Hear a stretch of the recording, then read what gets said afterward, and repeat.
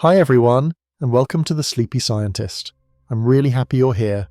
Tonight, we're going to go on a calm and quiet trip to learn something amazing. So get comfy, take a deep breath, and let's enjoy this peaceful science story together. Before we start, tell me in the comments, where are you watching from and what time is it for you right now? If you like relaxing science videos, don't forget to tap the like button. Now let's begin. If you step into a forest after the sun has slipped beyond the hills and the first threads of silver light have begun to spill through the leaves, you will find yourself in a world that feels both awake and asleep at once. The air is cooler now, softer on the skin, and the noises are hushed except for the slow chorus of insects and the occasional rustle of a small creature moving through fallen leaves. Moonlight glances off the bark of tall trunks, giving them the pale glow of stone statues, but these are not lifeless pillars. Each tree from root to crown is quietly alive, carrying out a rhythm as old as the first forests that ever stood. In the day, the trees are full of urgent work, pulling sunlight into their leaves, making food for themselves and the countless creatures who depend on them. But at night, in the stillness between stars and soil, they take part in a different exchange, one so slow and subtle that most who walk among them never notice it. You might think of the forest's daytime breath as a bright outward sigh, taking in carbon dioxide and giving out oxygen, a gift for every lung that moves through its shade. But after sunset, this breath reverses. The leaves open tiny mouths called stomata, and through these delicate gates the forest draws in oxygen, releasing carbon dioxide into the cool air.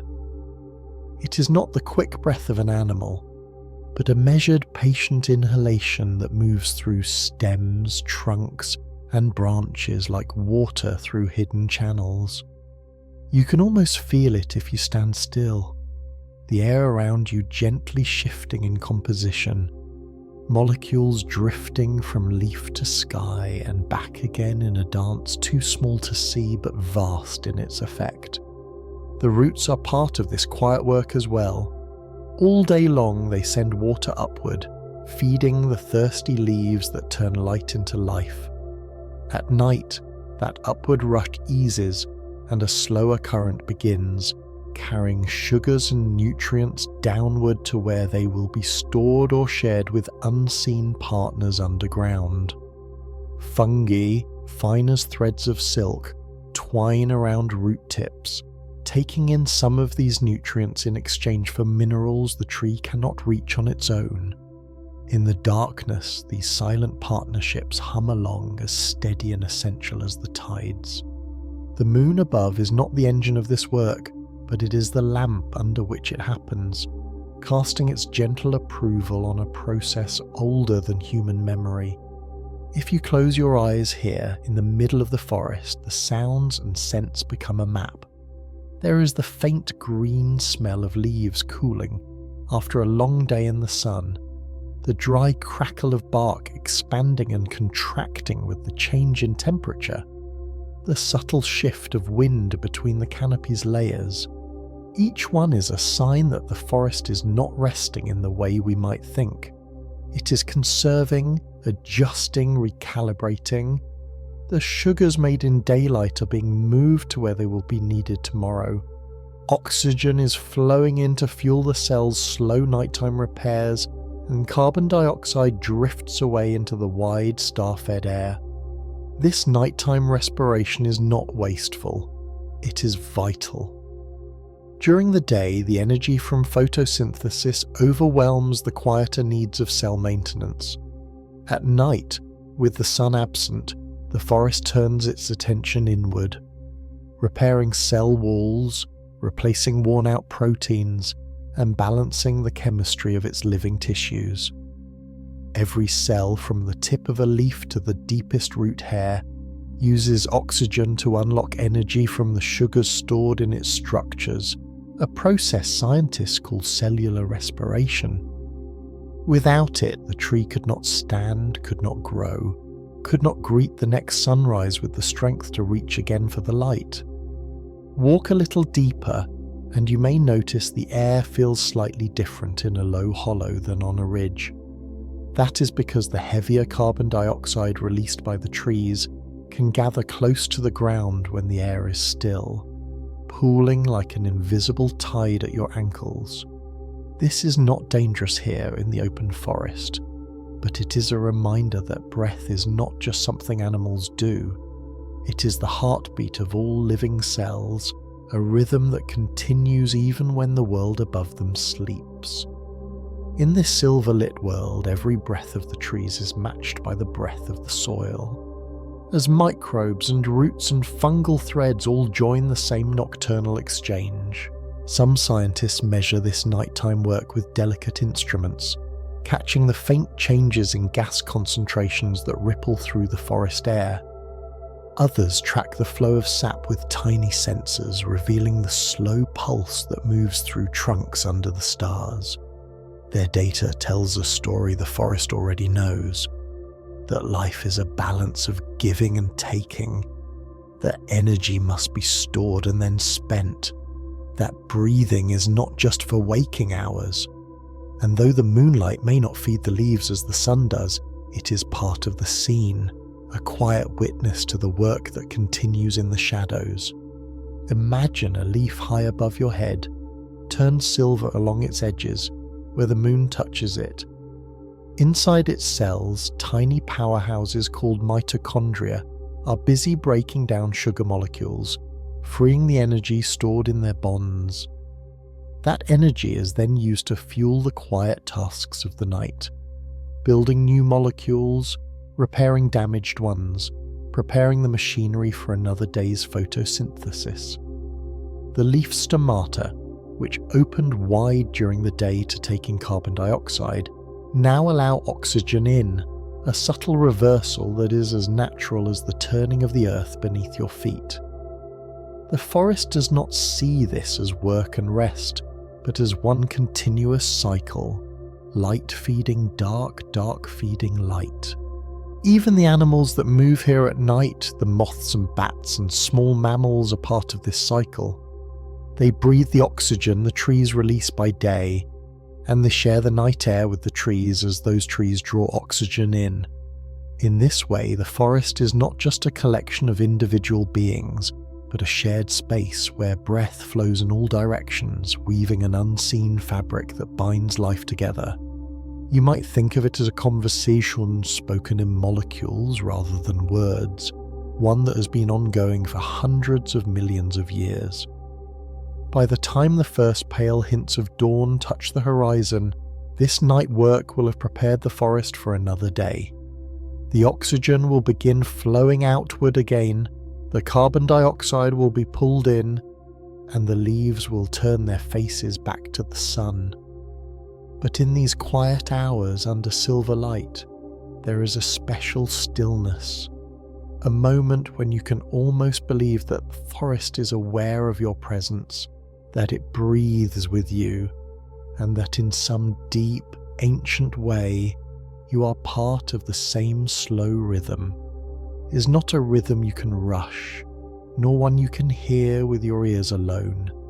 It is the soundless heartbeat of green life, moving patiently through the night. Now let us drift deeper under the same silver light, and think about what happens on the skin of a leaf when night settles in like a soft blanket over a sleeping child, because even in this hush there are tiny choices being made. Choices so small you could hold 1,000 of them on the tip of a pin, yet together they steer the life of the tree toward morning. On the leaf there are little doors, so small you would need a strong lens to see them, and these doors are called stomata. Each door has 2 curved guards, tiny living cells that plump up when water fills them and relax when the water slips away, and the shape they make either opens the doorway or closes it. In daylight, when the leaf needs to drink in carbon dioxide from the air, these doors open wide like windows in summer. but at night many of them ease toward closed. Not all at once, not everywhere, but like lights dimming house by house on a quiet street. Still, they never close as tightly as stone. A peel of air still passes, and that gentle passing lets oxygen move in to help the leaf repair itself while carbon dioxide drifts out. Some plants do the opposite, opening at night to save water in hot days. We call those desert plants masters of night. But most tall forest trees follow the pattern of day open and night quieter, and yet even they allow slow breath to continue because life does not stop breathing when the sun rests. Around each leaf is a thin coat of still air called the boundary layer, like a shawl wrapped over a shoulder. In the day, this coat is stirred by wind and warmed by light, so gases slip in and out easily. But at night, the coat thickens and becomes calm. Inside this calm, the tiny doors do not need to open as wide to change the air near the leaf, so less water is lost and the flow becomes smooth and slow like a stream under ice. If the night is cool and damp, a drop of dew can form on the leaf, and that drop changes the coat of air again, making it heavier and stiller. And the tiny doors answer by adjusting just enough. They answer because the guards feel pressure and light and signals from inside the leaf that whisper, "Now close a little, now let in a breath, now help the cells mend." These whispers are chemicals that move like messages in a small town.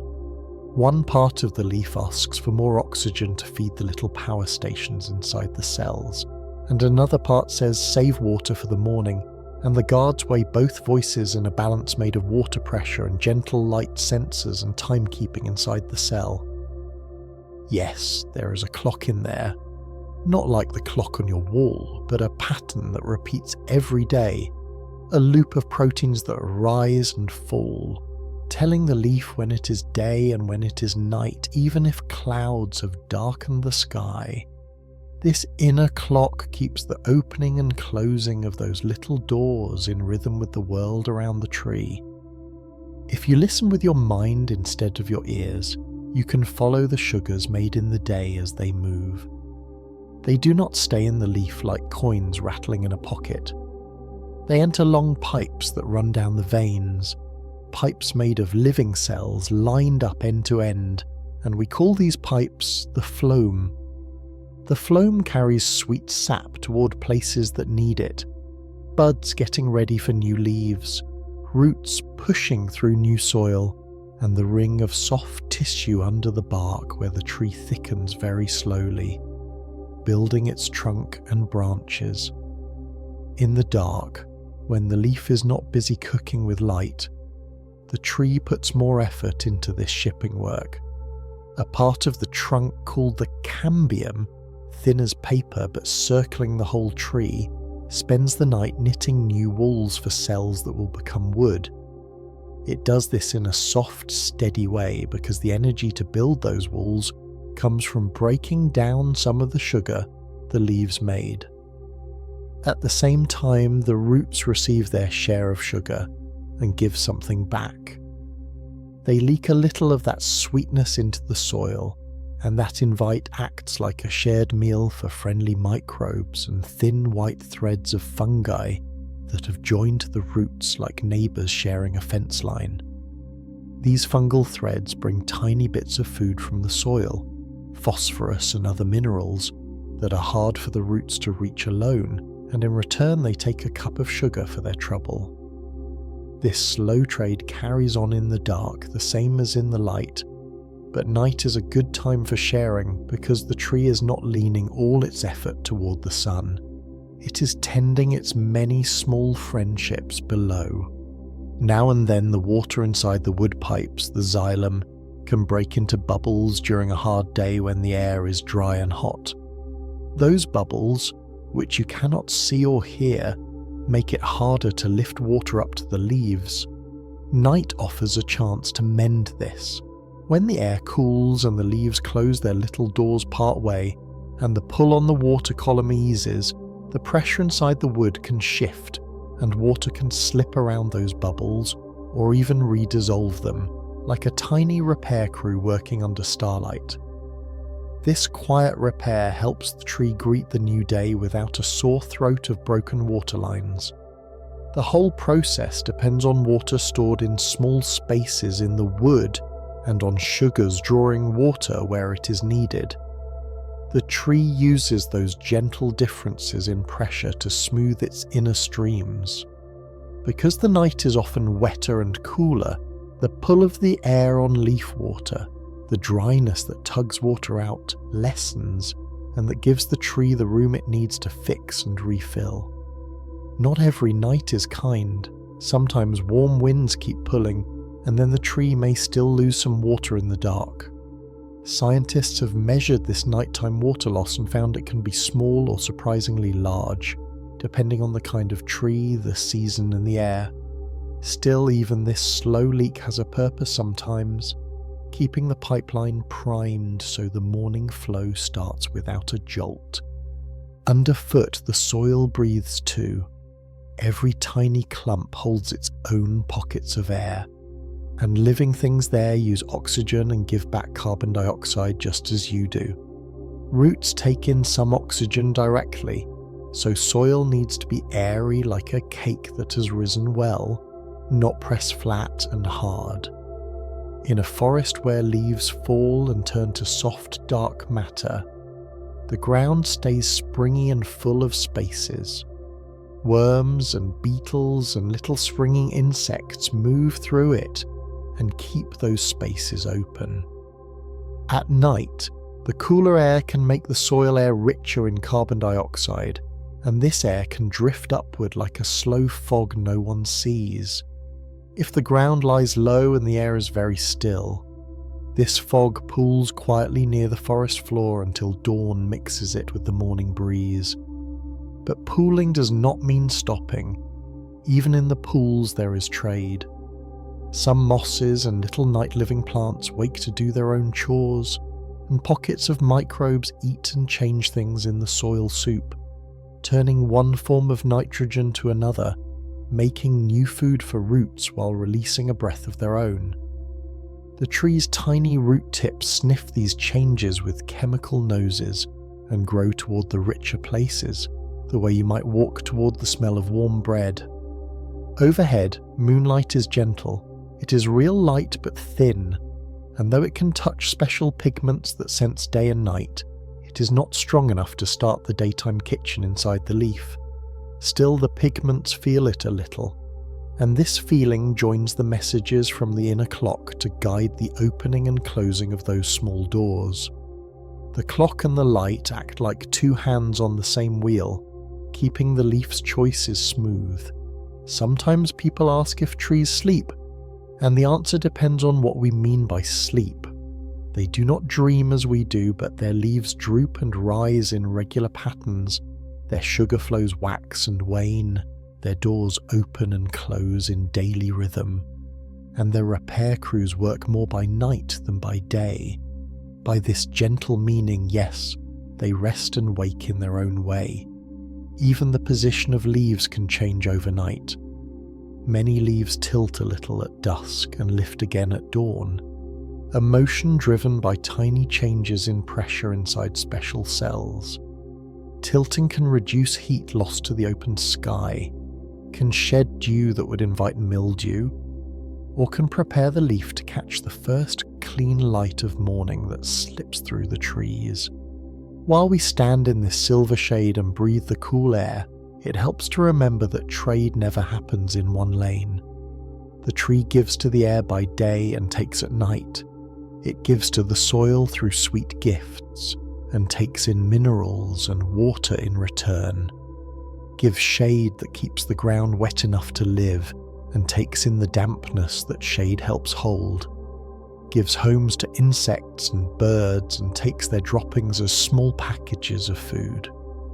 In the dark, the forest also sends faint scents into the air, tiny clouds of chemicals that carry news. A leaf nibbled by a moth can release a message that drifts to nearby leaves saying, "Prepare, thicken your skin. make bitter tastes. Some of this messaging continues through the night breeze because danger does not run on a clock. Bats bending the night air with silent calls, owls riding the soft currents above the understory, beetles tapping along the bark. All these movers stir the thin coat of air around leaves just enough to help scents and gases spread. The forest is not still. It is only quiet. Picture now the rise of a small hill and the dip of a nearby hollow. On the hill the air moves a little more. In the hollow it sits more heavily. Trees feel this difference. On the hill, cooling air slips past the leaves like smooth water, and the small doors can open a little wider without losing much water. In the hollow, the air holds more damp and more carbon dioxide, and the leaves adjust to this too by easing the doors and letting the night repairs go on with less fuss. If a cloud slides across the moon, nothing breaks. The inner clock keeps time. If a wind stirs the branches, the coat of air thins and the flow of gases quickens a touch, and the doors make their tiny changes again. Think of it as thousands of hands on thousands of little valves, turning them by the softest fraction, always balancing, always tending the long, low fire of life. Deeper down, the roots do a trick with water called sharing by night. When shallow soil gets dry in the day, and deeper soil stays wet, some trees can move a little water from the deep places to the dry places at night through their roots, not by pumps, but by the simple wish of dry soil to soak up moisture. This quiet sharing helps small roots near the surface stay alive and ready for dawn, and it steadies the microbes that help make food ready for the tree. The act is so gentle no animal hears it, but its mark can be seen when the tiny sensors of careful people show more dampness near the surface by morning than there was at dusk. The tree does not do this for kindness alone. By keeping its upper roots and allies healthy, it cares for itself. But in the forest, one's care often becomes everyone's benefit.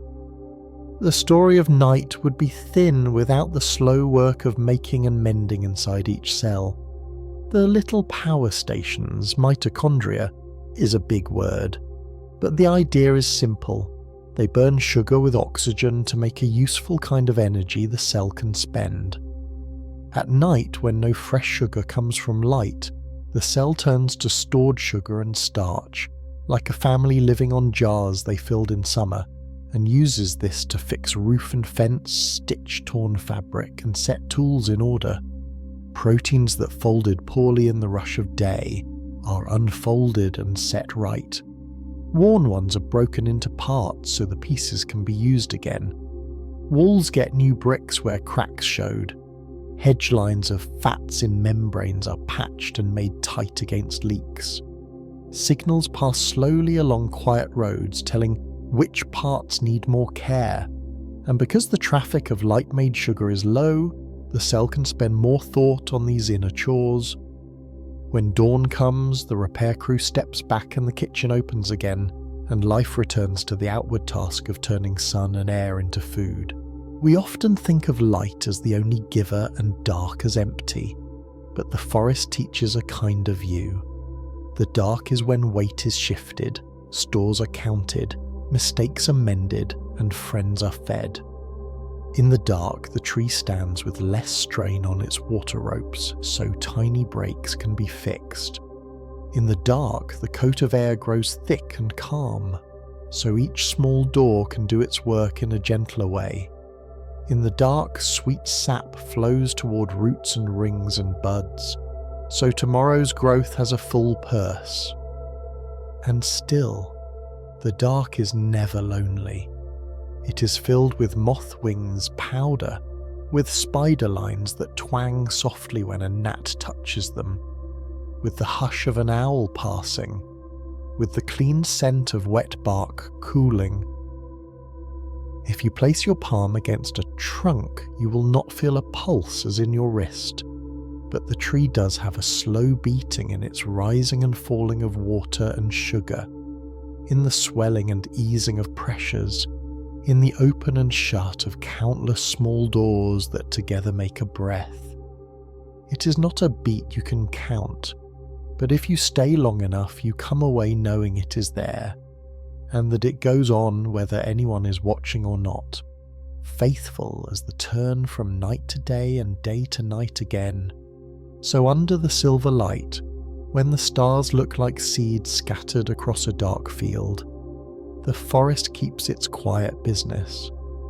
Every leaf takes just enough oxygen to fuel its gentle chores.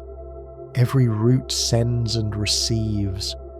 Every thread of fungus carries small gifts one way and small payments the other. Every insect and bird and small mammal finds the night rhythm that matches their needs, and the whole shared breath of the place turns slowly like a great wheel. You may think nothing has happened while you stood here, but by the time the horizon lifts its pale edge in the east, sugars will have moved miles along slender roads. Tiny breaks will have been mended in wood, been fair, and the tree will be ready to open its doors wide again and start the bright work of day. And you, if you listen softly, may feel that something in you has taken up the same rhythm, a steadier breath that you can carry back to your own life. A reminder that repair and growth often happen where the world is quiet and the light is thin, and that rest is not the opposite of work but its secret partner, holding the tools and passing the thread through the needle so morning can begin.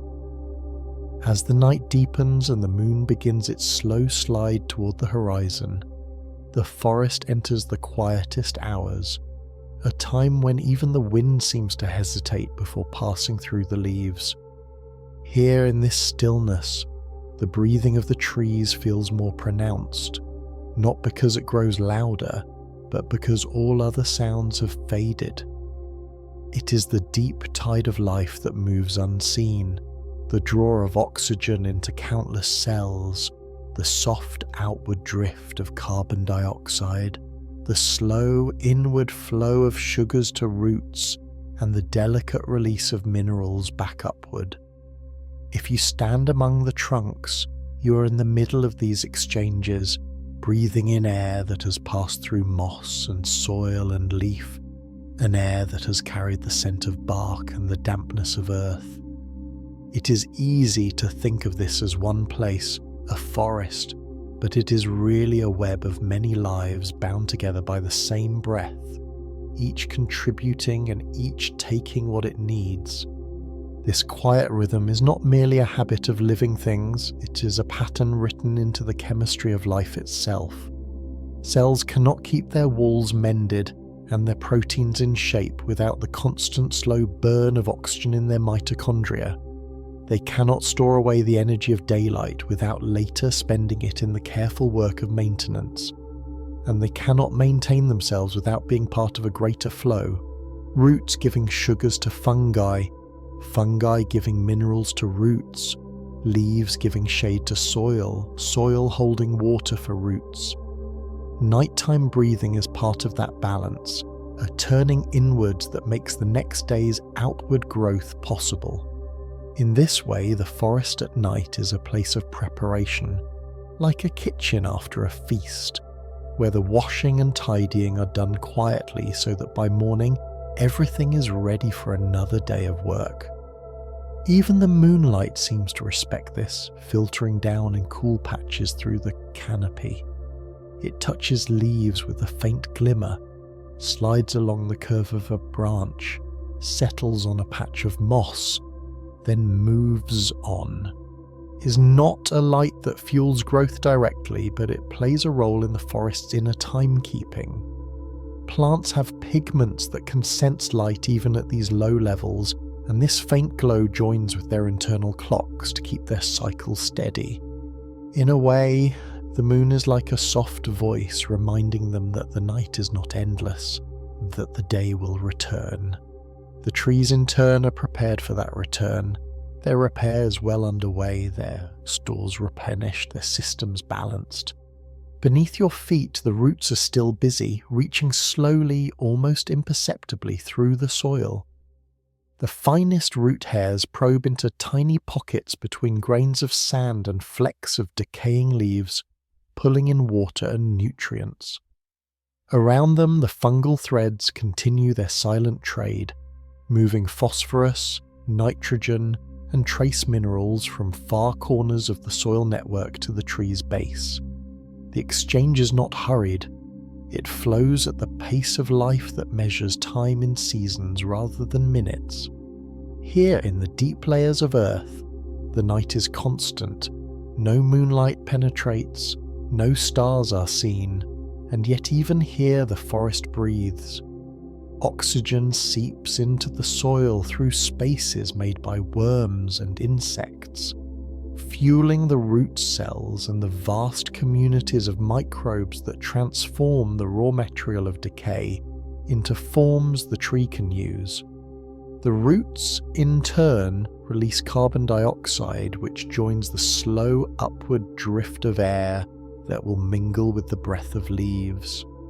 Some scientists describe these processes with the precision of numbers, measuring rates of gas exchange, tracking flows of sap, mapping the spread of fungal networks. But numbers alone cannot capture the texture of the night. They cannot measure the way the air feels cooler in the hollow between two roots, or the way the scent of damp bark carries when a patch of moonlight strikes it. They cannot tell you how it feels to watch the shifting pattern of shadows on the forest floor as the moon climbs higher or sinks lower.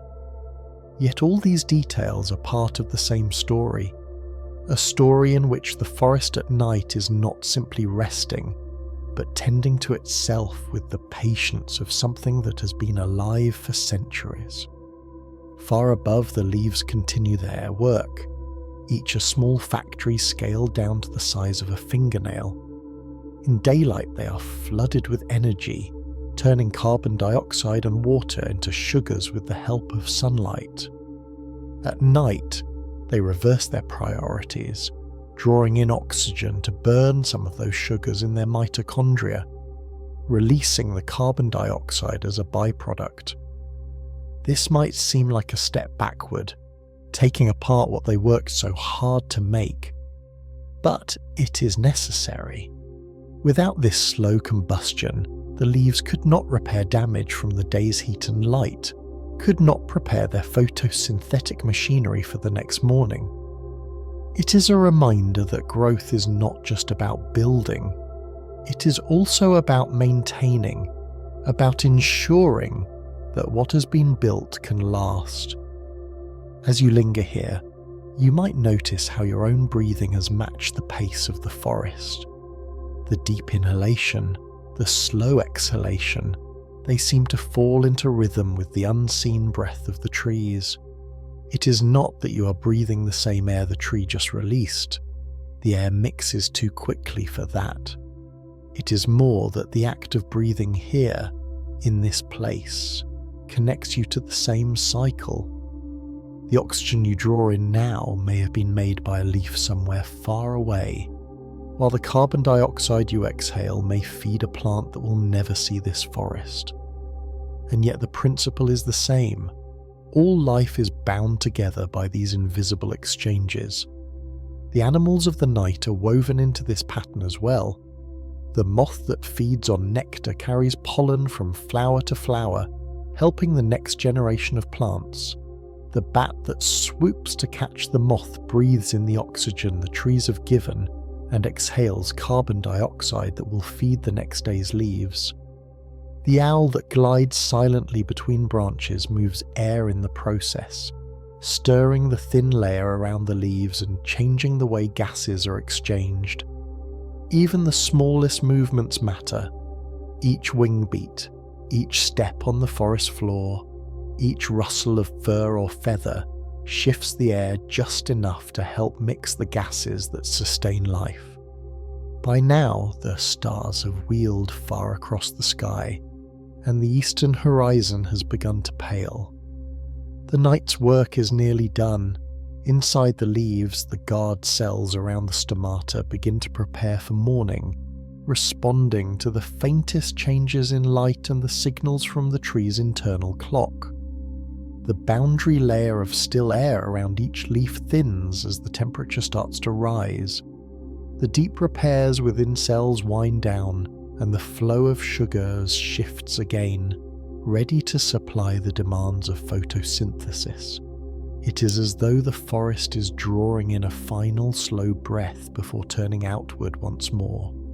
When the first rays of sunlight reach the canopy, the change is immediate, though still silent. The stomata open wide, and the direction of gas exchange shifts. Carbon dioxide now flows in to fuel the day's growth, and oxygen streams out as a gift to the air. The sap rises more quickly through the xylem, carrying water from roots to leaves. The fungi, the roots, the soil microbes all continue their trades, but now the emphasis is on gathering rather than spending. The balance is tilted toward building, toward reaching for the light, and yet the night's work remains within this day. The repaired tissues, the refilled water stores, the redistributed sugars all make the day's growth possible. As you step out of the forest into the growing light, you carry with you the memory of its breath. You remember the stillness that was not truly still, the darkness that was full of quiet motion. You know now that the forest life is not confined to the hours of sunlight, that it continues in the dark with the same steady commitment. You may never look at a tree in quite the same way again, for you will know that even under the silver light of night, it is awake in its own way, tending to itself and to the web of life around it. And perhaps, when you breathe deeply on some future night, you will think of this place and feel yourself part of that same shared rhythm, the slow, patient breath of the living world. When darkness folds over the land and the silver light of the moon begins to weave itself into the canopy, the forest enters a state of being that feels as though time has slowed to the pace of a heartbeat measured in centuries. You might stand beneath the arching limbs of oaks or the straight pillars of pines and feel the hush settle not only on the air, but also in the spaces within you. This is the moment when the hidden pulse of the forest emerges, though it does not shout its presence. It is felt as a soft undertow beneath the surface of silence, the deep, patient breath of countless leaves, branches, roots, and invisible companions working in unison. In daylight, the work of the forest is easy to imagine. The warm rush of photosynthesis, the sparkling exchange of gases between leaf and sky. But at night, the work turns inward. The forest shifts from the public face of growth to the private rituals of repair and renewal, a transformation as profound as it is gentle. If you close your eyes and imagine each tree as a vast cathedral, you will find that its columns are not stone but living wood, each ring a record of a year's patient labour. In the dark hours, these cathedrals are not empty. They hum with unseen activity, sugars moving down the phloem to roots, oxygen sliding into the smallest cells, water refilling the fine vessels of the xylem. Even the air is subtly transformed. During the day, the forest fills it with oxygen. At night, the breath is reversed. Carbon dioxide drifts from leaf pores, mingling with the cool air that pools in the hollows. This is not a sign of weakness, but of balance, for the energy stored in sugars during daylight must be tapped to keep the machinery of life in motion when the sun is gone.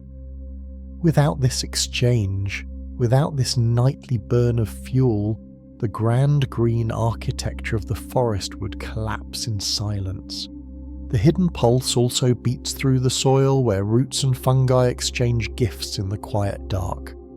Sugars seep from root tips into the earth, a currency that purchases minerals the tree cannot reach on its own.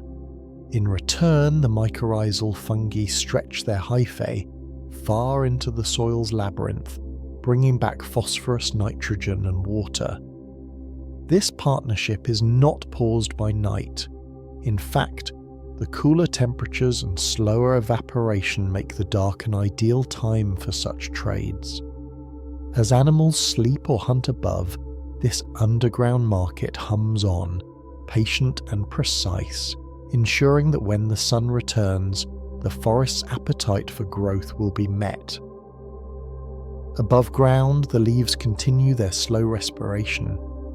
Guard cells around each stoma sense the changing conditions of the night, the temperature, the humidity, the faint silver illumination, and adjust their tiny doors accordingly. This balance is delicate. Too much opening and water will be lost. Too much closing and the oxygen needed for cellular repairs will be limited. The tree's internal clock, set by cycles of light and dark, guides these adjustments with an accuracy honed over millions of years. Even in the stillest hours, when no wind stirs the branches, gases slip across these thresholds, weaving the night air into the living body of the tree. The pulse extends beyond the trees themselves, the moss on the trunk, the lichen on the branch, the vine climbing toward the canopy. All of these take part in the nightly rhythm. They respire in the dark just as they do in the light. Pace. And their own exchanges add to the quiet currents that shape the air. Even the forest floor participates. Fallen leaves and decaying wood release their stored carbon back into the air, a gift from past seasons that will feed the next generation of plants. This slow return is the other half of the forest's heartbeat. Creation balanced by release, growth balanced by decay. To witness the hidden pulse of the forest after dark is to understand that life does not stop when the sun sinks. Instead, it changes its form, trading the visible vigour of daylight for the subtle persistence of night. Every living thing in the forest, tree, fern, fungus, beetle and bat, moves to this rhythm. Some take from it, others give, but all are bound within it. You may not hear it with your ears, but if you stand still long enough, you will feel it in the way the air rests on your skin, in the way your breath seems to slow, in the way your thoughts quiet to match the pace of the trees. This is the forest's night pulse, not a silence, but a song played in a key so low that only the patient can hear it. If you were to walk slowly through the forest in the middle of the night, you might think that nothing moves, that the stillness is complete. But if you could step inside the world at the scale of a leaf, you would see that the hidden pulse of the forest is a tide in motion. Each leaf is an island, and on its surface are thousands of minute openings, the stomata, adjusting their shape in response to the softness of the night air. The guard cells that control them are not idle. They swell or relax depending on signals from the plant's internal clock and the changing moisture of the air. At this scale, you would notice the faint currents of oxygen flowing inward, feeding the mitochondria within the cells, and the slower release of carbon dioxide into the darkness. This exchange fuels the quiet but essential work of repair. Proteins are mended, damaged molecules replaced, and the scaffolding of the cell strengthened for the coming day. Without this nightly care, the machinery that turns light into sugar would falter when dawn arrives. The hidden pulse travels deep into the tree's body. In the phloem, sugars made during the day drift downward, carried by pressure differences to the places where they are most needed. Some are sent to the cambium, where new layers of wood and bark are slowly being built even in darkness. Some are stored in roots or converted into starch for longer-term reserves. Along the way, the sugars pass through living cells that take their share, each using the fuel to maintain its own structures and functions. This flow is slow but constant, like a river under ice, invisible but alive with movement. In the xylem, the vessels that carry water are being refilled and repaired. Any tiny air bubbles that form during the heat of the day dissolve back into the water, restoring the continuous column needed to lift moisture to the highest leaves when the sun returns. Beneath the soil, the roots remain as active as the leaves above. They probe into new spaces, following gradients of moisture and nutrients. Where they meet the hyphae of fungi, the trade continues. Sugars exchanged for minerals in an ancient pact that predates the rise of flowers. The cooler night air above means less evaporation from the soil, allowing the roots to draw water more efficiently. This is the quiet foundation of the forest's health, the slow replenishment of reserves, the steady acquisition of resources, the mending of systems that must be ready to face another day of light and heat. The hidden pulse is not confined to the plants alone. Animals too are part of its rhythm. Insects crawl along the bark, feeding on sap or hunting smaller prey. Their movement stirs the thin layer of air around leaves and branches, subtly altering the exchange of gases. Bats flit overhead, their wings shaping the currents above the canopy, while their own respiration joins the great collective breath of the forest. Even the smallest creatures, like mites and springtails in the soil, contribute to the flow, breaking down organic matter and releasing nutrients that roots will later take in. In this way, the pulse is more than the sum of its parts.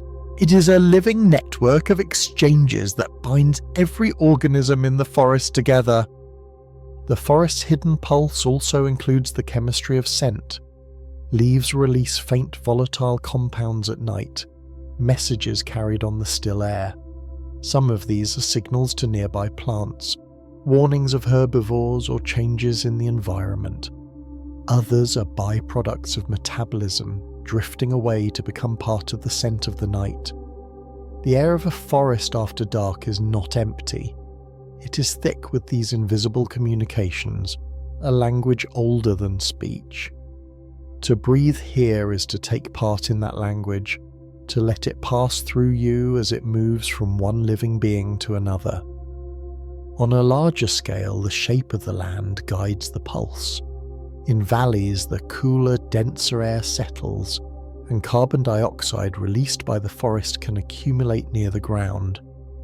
On ridges, the air moves more freely, carrying gases away and mixing them with the wider atmosphere. Trees adapt to these differences, adjusting their respiration to suit the microclimate in which they stand. In a low hollow, leaves may open their stomata less widely, conserving water and balancing the higher concentration of carbon dioxide.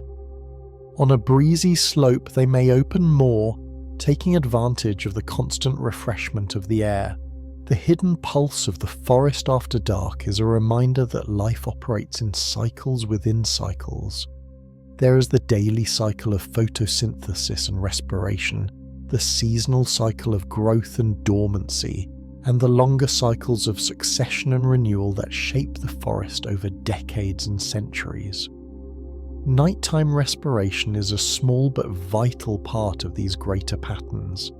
It is the quiet thread that connects one day's growth to the next, ensuring that the work of the sun is not lost when the light fades. In this way, the forest's pulse after dark is not unlike the resting heartbeat of an animal. It is slower than the daytime pace, but it never stops. It sustains the body of the forest while it sleeps, delivering resources where they are needed, repairing what has been worn, and preparing for the challenges to come. And just as the heartbeat of an animal can quicken with movement, so too can the forest's pulse change. A warm, windy night may increase respiration rates, while a cool, damp one may slow them down. The forest is always responding, always adjusting, always alive. If you linger here until the first hints of dawn, you may notice how the pulse begins to change. The internal clocks of the trees sense the approach of daylight even before it arrives. Stomata begin to open more fully. Sap flow increases, and the balance of gases shifts once more. The oxygen that flowed inward during the night will soon flow outward again, a gift to every creature that breathes. The hidden pulse does not end with dawn. It transforms as the forest turns outwards to meet the day, but the work of the night remains within it, unseen yet essential. The quiet labour that allows the forest to greet the sun with renewed strength.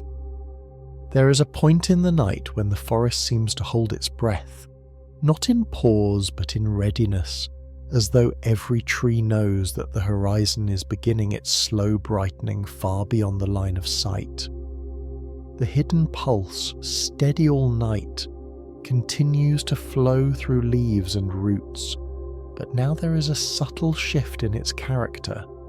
The signals inside each tree, the ebb and swell of sugars, the gentle changes in water pressure, the quiet messaging between cells, begin to align toward the day ahead.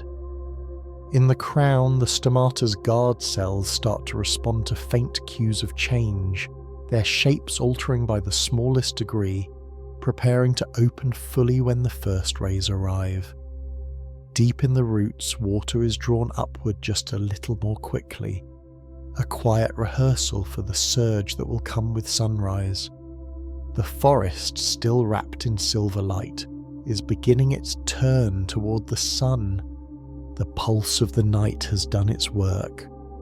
Over these hours of darkness, the forest has redistributed its stores, repaired the tiny wear of living, and fed the underground web of partners that make its life possible.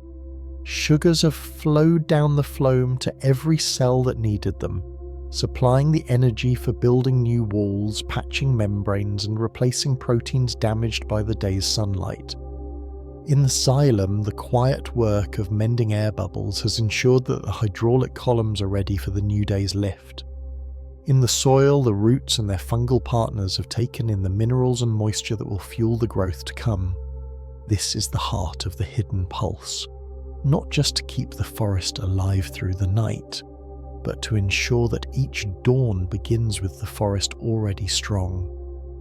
The creatures of the night have played their part in this rhythm. The moth that brushed past a flower left pollen that will become seeds. The bat that hunted the moth breathed in oxygen the trees released the day before and returned carbon dioxide that will feed tomorrow's leaves. The owl that glided between branches stirred the air enough to refresh the boundary layer around the leaves, improving the night's gas exchange. Even the small beetles under fallen bark, chewing through the remains of past seasons, have released nutrients that will filter down into the root's reach. This is the nature of the hidden pulse. It is not the possession of the trees alone, but the shared beat of all life in the forest, each part shaping and being shaped by the others. As the last deep hour of night passes, the moonlight grows thin. The silver light that bathed the forest fades to the soft grey of pre-dawn, and the shadows begin to loosen their hold. In this half-light, the changes are more visible if you know where to look. Leaves that drooped slightly during the night begin to lift. The scent of the air shifts, carrying a faint freshness as cooler air from the upper canopy mixes with the slowly warming air below. The carbon dioxide that pooled in low hollows begins to disperse as subtle breezes stir. You can feel it if you stand in a shallow depression, the invisible tide lifting away, replaced by air that is just a little cleaner, just a little more awake. The forest's hidden pulse is, in truth, never hidden at all. It is there for anyone who cares to notice, in the way the moss feels underfoot, cool and faintly damp, in the way a leaf's edge trembles even in stillness, betraying the gentle movement of water within, in the quiet rhythm of your own breath as it finds harmony with the breathing trees. The night has not been empty time, it has been full of purpose, of exchanges and repairs, of feeding and being fair. The darkness has been a workshop and a dining hall, a place for mending and for the slow movement of gifts from one part of the forest to another. When the first direct light of dawn touches the highest branches, the hidden pulse does not stop, changes its shape. The inward breath of oxygen slows and the outward breath of oxygen quickens. The sugars that flow downward now begin to be replenished from the first work of photosynthesis. The leaves open wide, the phloem redirects its traffic, and the xylem sends water racing upward in earnest. But the foundation of this day's work, the readiness of every leaf, the fullness of every root, the integrity of every water column, is the result of what the night has done. It is tempting to think of the forest as a place defined by its daytime face, the green light, the flitting of birds, the bright rush of photosynthesis. But to understand it fully is to know that the forest is also its night self, the soft repairer, the patient trader, the slow feeder of roots and fungi, the quiet keeper of balance. The hidden pulse is what allows the visible pulse to exist. The two are not separate, they are halves of the same heartbeat, the same endless breathing that has kept forests alive for millions of years. As you step away from the forest, the early sun now filtering between the trunks, you might carry with you an awareness you did not have before. Every time you see a tree in daylight, you might imagine what it was doing in the hours before, how it was breathing in the dark, how it was feeding its partners in the soil, how it was readying itself for the light you now see spilling across its leaves. You might realize that your own rhythms, your work and your rest, your intake and your giving, mirror the same truth. Life is sustained not just by the hours of growth and outward energy, but by the quieter hours of replenishment and inward care. And so the hidden pulse of the forest after dark is not only a lesson in how trees live, it is also a quiet teaching in how all living things endure. Under a canopy laced with silver, the night spreads like a calm ocean above the forest, its stillness only an illusion to those who listen without patience. For within this stillness lies the silver canopy's own kind of movement, a slow, deliberate breathing that does not bend to the hurried clocks of the human world. From a distance the forest seems asleep, the leaves quiet, the branches unmoving, the soil undisturbed. Yet step inside and pause long enough and you will feel it, a faint sense that the air here is different, thick with the gentle exhalations of life at rest, yet deeply awake. Moonlight threads through the upper branches, catching on the edges of leaves, and with each shimmer, you might imagine the trees exchanging some silent greeting with the sky. It is in this silvered hour that the hidden story of their breathing unfolds, not the bold work of the day, but the quieter exchanges that happen under the watch of stars. In daylight, the leaves are crowded with urgency. Sunlight drives them to open their tiny mouths, the stomata, to drink in carbon dioxide, pulling in what they need to turn light into sugar, and releasing oxygen as an offering to every creature in the forest. But night unspools a different rhythm. The absence of the sun turns the balance inward.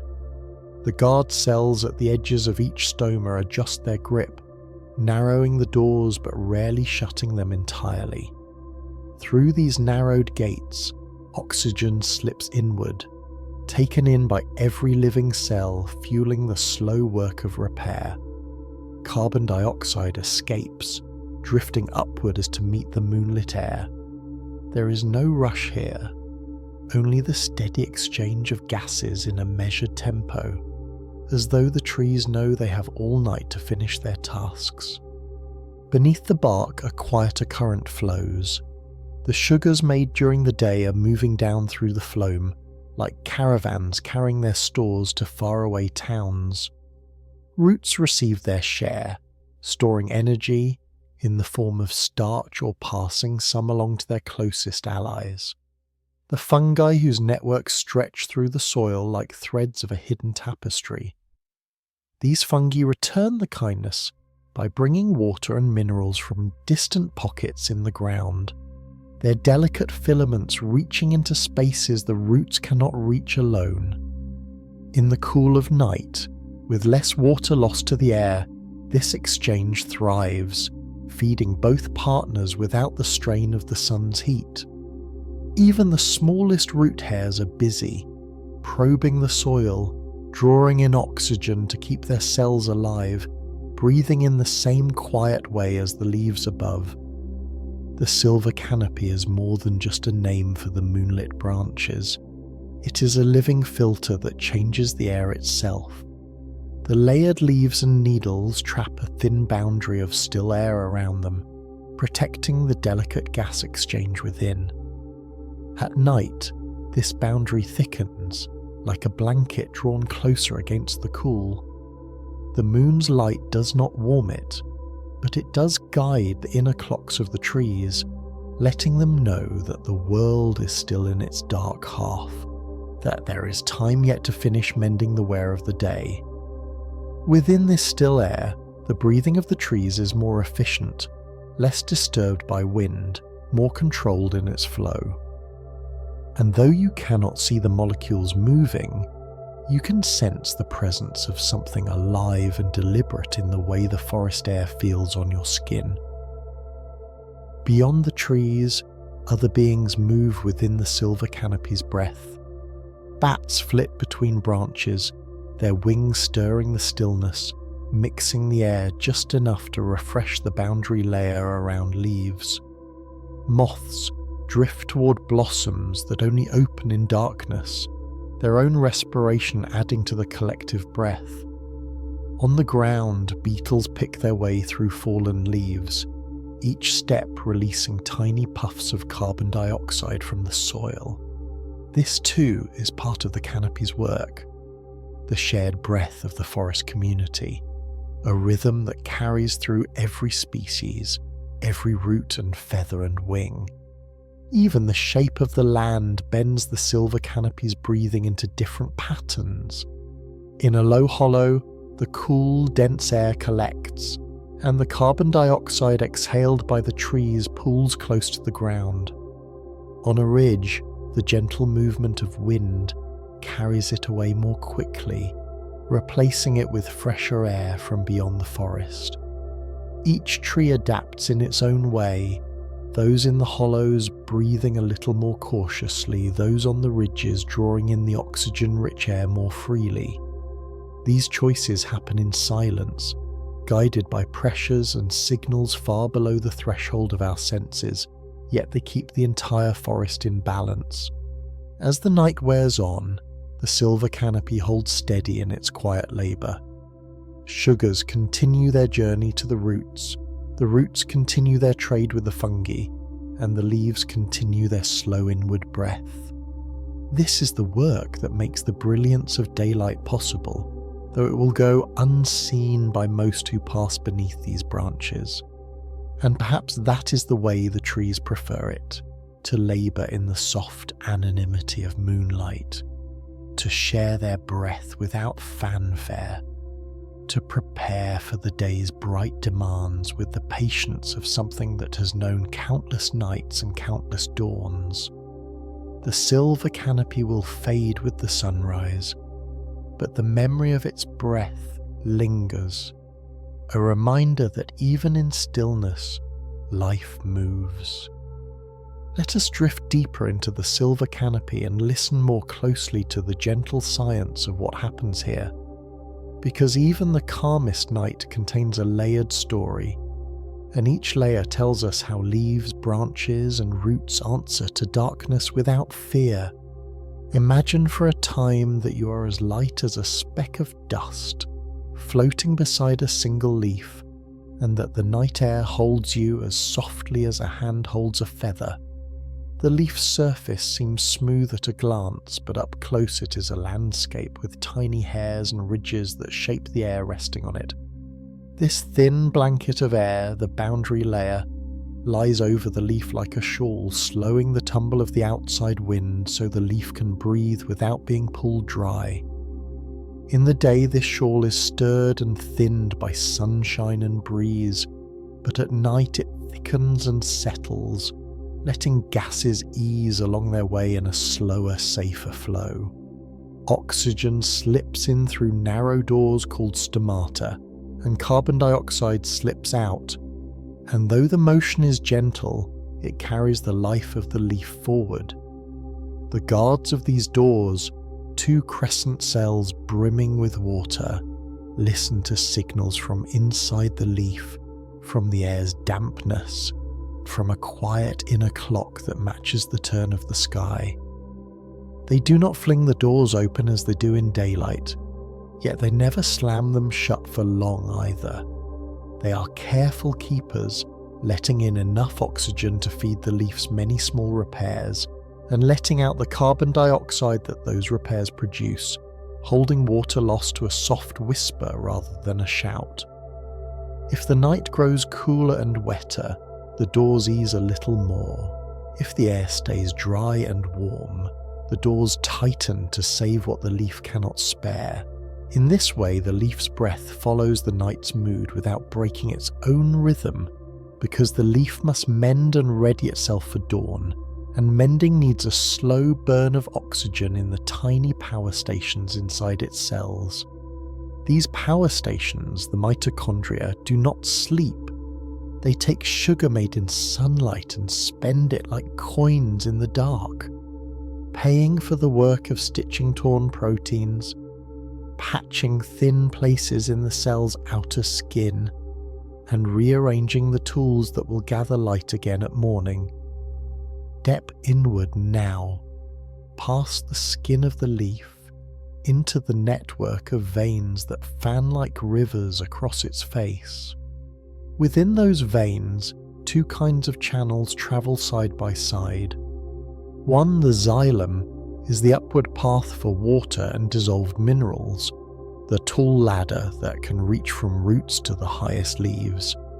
The other, the phloem, is the softer road for sugars and gentle messages, moving from where food is made to where food is needed. In daylight, the xylem feels the strong pull of the sun. Water streams upward to replace what leaves lose as they open wide to take in carbon dioxide. But at night, the pull eases. With the doors narrowed and the air cooler, the leaves lose far less water, and the pace in the xylem slows to a quiet creep. This easing is a gift, because during the day the water ladder can break into tiny gaps, little bubbles that form when the pull is too hard and the air too dry. The night gives the tree space to heal those breaks. Pressures shift, water seeps around the bubbles, gases dissolve, and the smooth column reforms, ready for the steep climb of dawn. Meanwhile, the phloem grows busier in the dark. Sugar made by sun in the afternoon is heavy with purpose, and at night it travels toward roots, buds, and a thin circle of living tissue just under the bark called the cambium. The cambium is the secret tailor of wood, cutting and sewing new layers even when no one is watching. It does not rush. It takes its time, shaping faint rings that years later we will count to tell the age of the tree. For the cambium, night is a good workshop. The air is cool, the leaf's kitchen is closed, and the energy of stored sugar can pay for careful craft.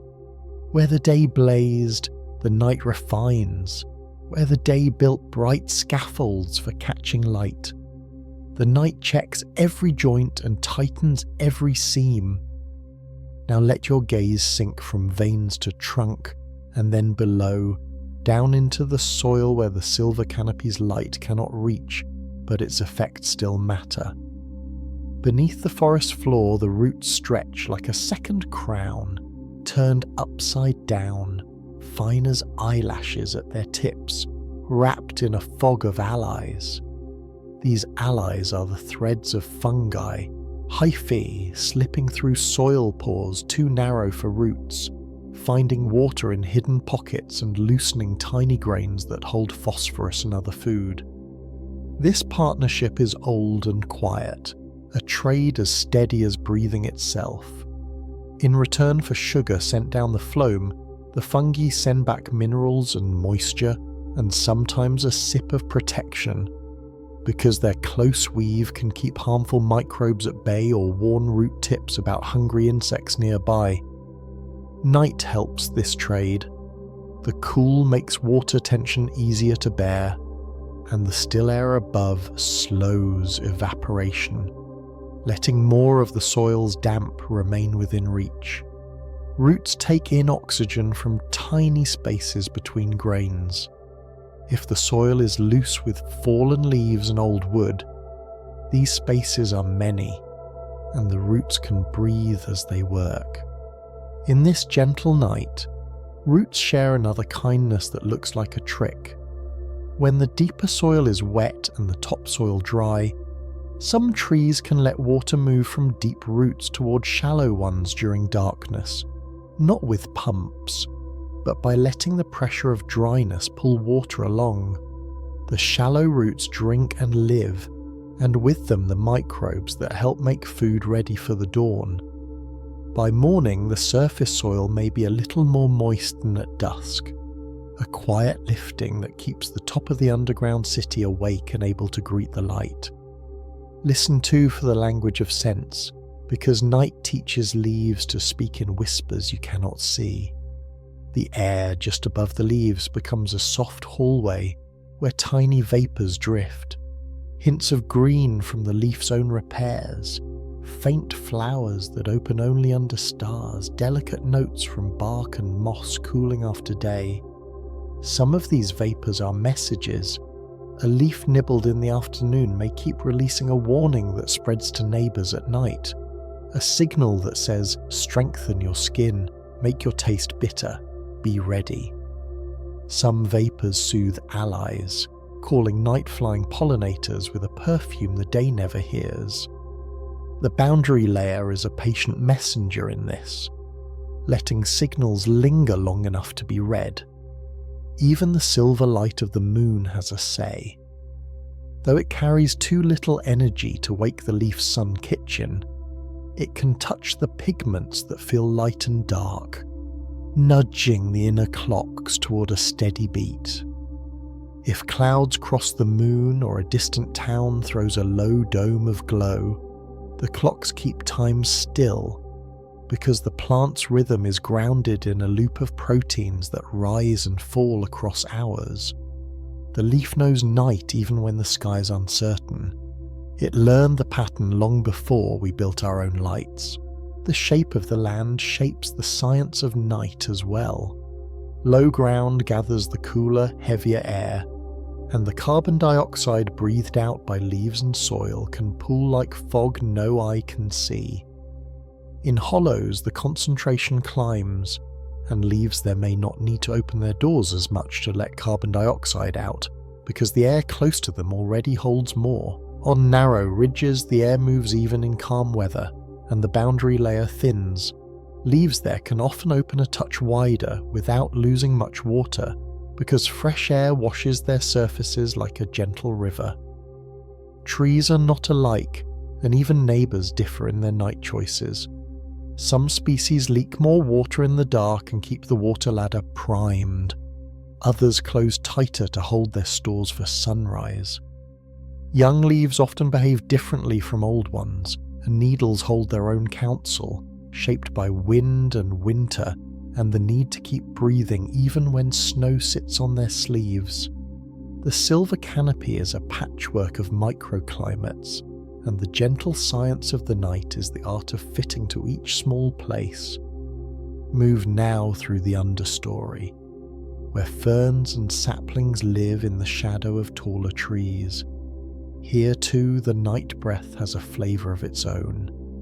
Fern fronds may fold slightly along their midribs, a motion powered by tiny shifts in pressure inside special cells. The fold reduces heat loss to the open sky and keeps dew from pooling where it would invite mould.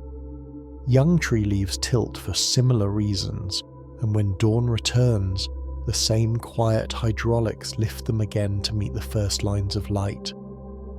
On the trunks, films of lichen and patches of moss breathe with a slower tide, taking in oxygen all night as they do all day, but asking very little.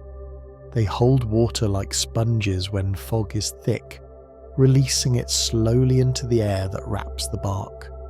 This moisture keeps the boundary layer moist and kind, softening the exchange of gases at the leaf surfaces above. Even fallen logs help. As they break down under the hands of fungi and beetles, they warm slightly from the chemical work within, changing the tiny winds that slide along the forest floor. Warmth rises, cool air falls into the dips, and in these small swirls the forest writes the lines of its night breath. People have tried to capture these motions with careful tools, and the tools have taught us tender truths.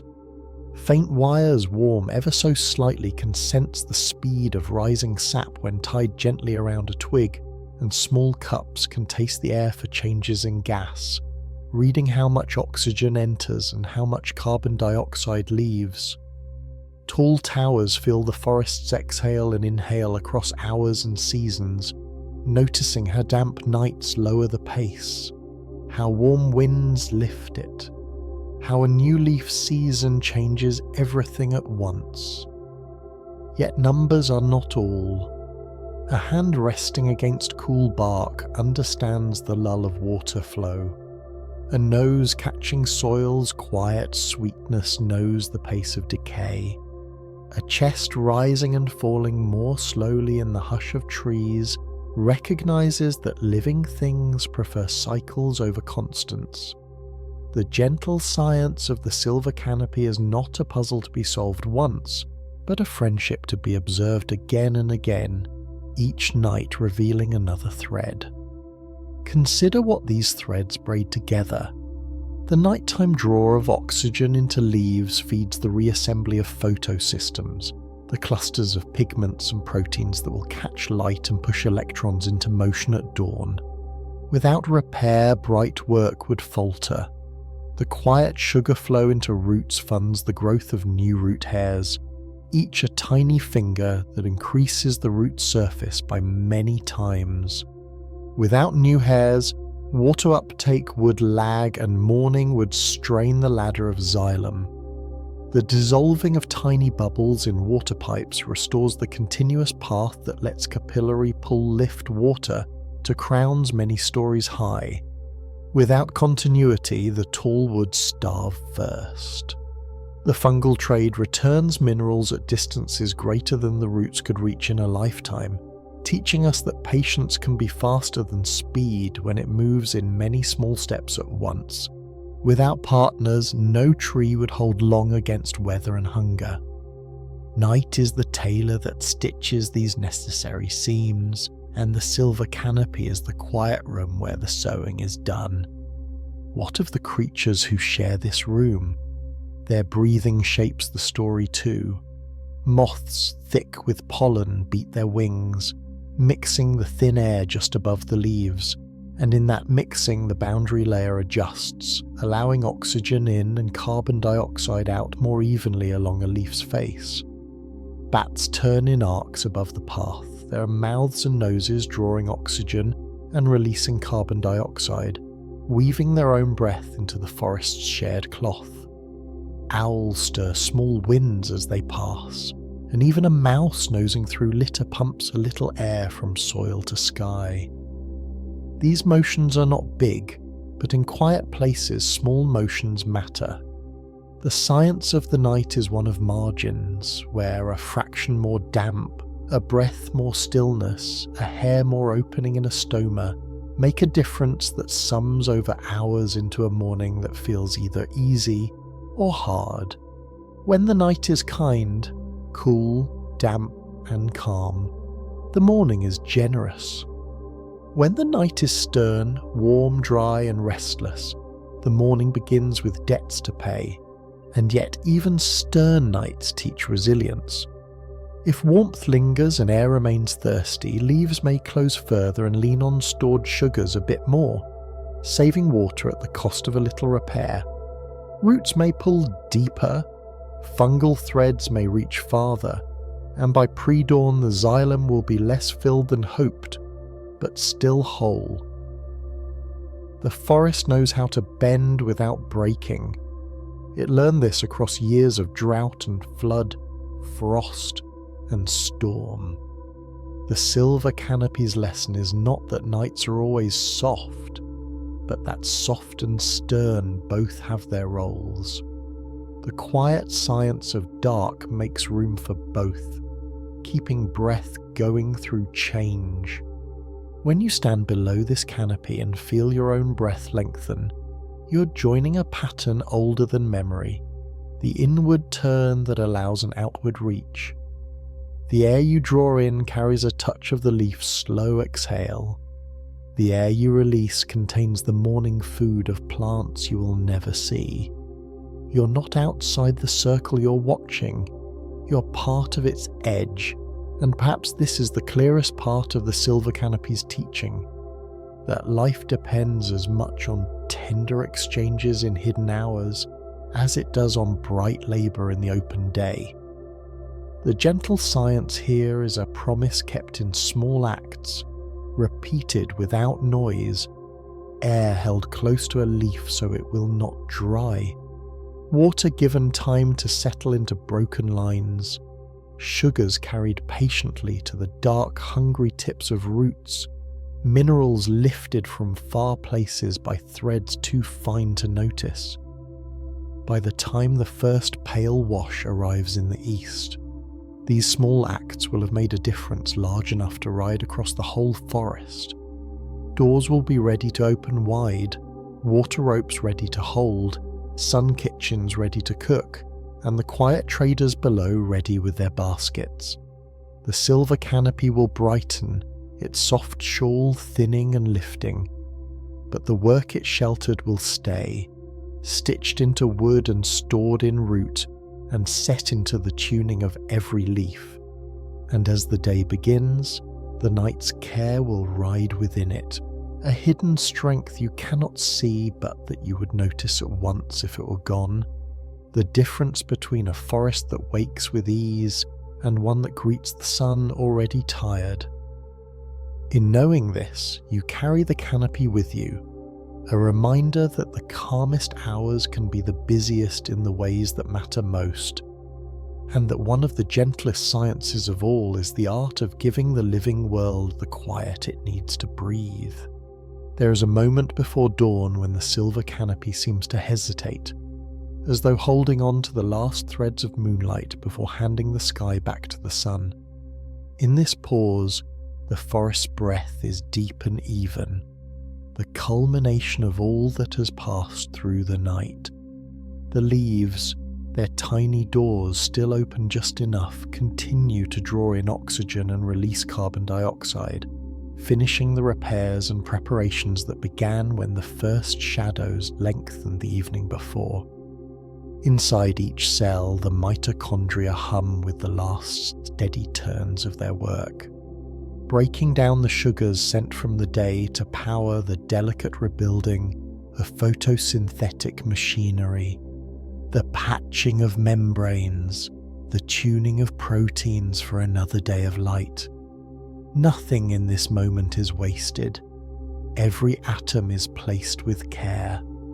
The phloem still carries its slow-moving cargo toward roots and buds, and the xylem, now more filled than at any point in the night, stands ready for the rapid pull that the rising sun will bring. The forest is not waking yet, but it is leaning toward waking, like a sleeper whose breathing changes before the eyes open. The silver canopy has sheltered all of this, not as a passive roof, but as a living, breathing network of surfaces that shaped the night's exchanges.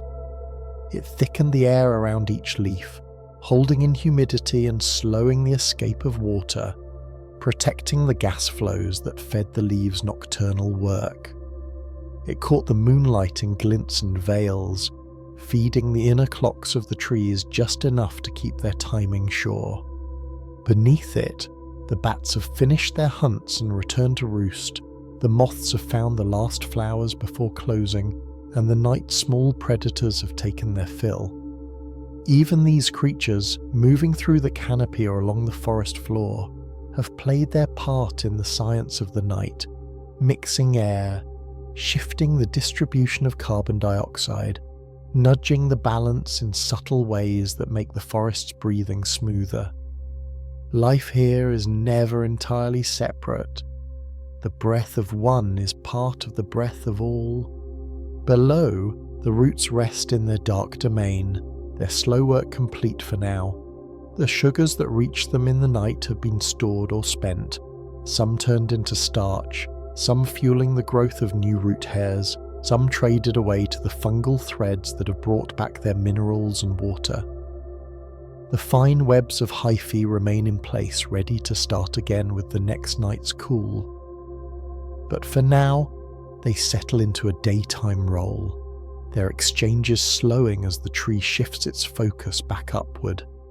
The soil still breathes, its oxygen drawn in, and carbon dioxide released by roots and microbes alike, but the patterns are changing. Soon the soil air will be replenished by the oxygen. The leaves will pour down into it during the day. In the hollows where the night's carbon dioxide has gathered in denser pools, the first hints of movement begin as cool air drains away and lighter, fresher air from above slips in. On the ridges where the wind has never truly stopped, the change is subtler, a slightly warmer current, a faint shift in scent as the sun's light begins to touch the upper branches. The microclimates that defined the forest's breathing through the night begin to dissolve into the broader currents of the day, yet the work of the night remains embedded in each tree. The refilled water columns, the repaired tissues, the balanced stores of sugar and minerals, the readiness to open the stomata wide and start the bright work of photosynthesis without delay. When the sun finally rises, the transformation is swift. The light that spills across the canopy strikes the pigments in the leaves, and in an instant, the machinery of photosynthesis begins to turn again. Carbon dioxide flows inward now, oxygen flows outward, and the flow of water through the xylem surges in response to the renewed pull from evaporating leaves. But this outward burst of life is only possible because of the night's quieter labours. Without the hours of careful repair, the balancing of water and nutrients, the dissolution of air bubbles, the feeding of fungal allies, the forest would not greet the sun so strongly. The silver canopy's role is not just to catch light. It is to guard the processes that happen when light is absent, to ensure that every day begins from a place of strength. To understand this is to see that the forest is not simply a place that alternates between day and night, work and rest. It is a place where both are forms of work, both are forms of giving and receiving. The night is not an interruption but a complement, the soft half of a whole that needs both to endure. The silver canopy is as much a part of the night's identity as the sunlight is to the day's, and without its shelter the breathing of the forest would falter. This canopy is a living ceiling that not only frames the beauty of moon and stars, but also holds the microclimate that makes the nocturnal breathing of trees so precise and efficient. As you step out from under the silver canopy into the full light of morning, the memory of its breath stays with you. You might notice how your own body follows a similar rhythm, an inward turn at night, an outward turn in the day, and see that your own rest and activity are not so different from the forest's. The night's work is not something you see while it is happening, but it shapes the morning in ways that are impossible to miss once you know to look for them. The silver canopy with its patient moonlit breathing has prepared the forest for another day of green labour. And in knowing this, you might find yourself looking forward to the next night, to the return of that cool, measured breath under the quiet watch of the moon, when the forest unseen does the work that keeps it alive.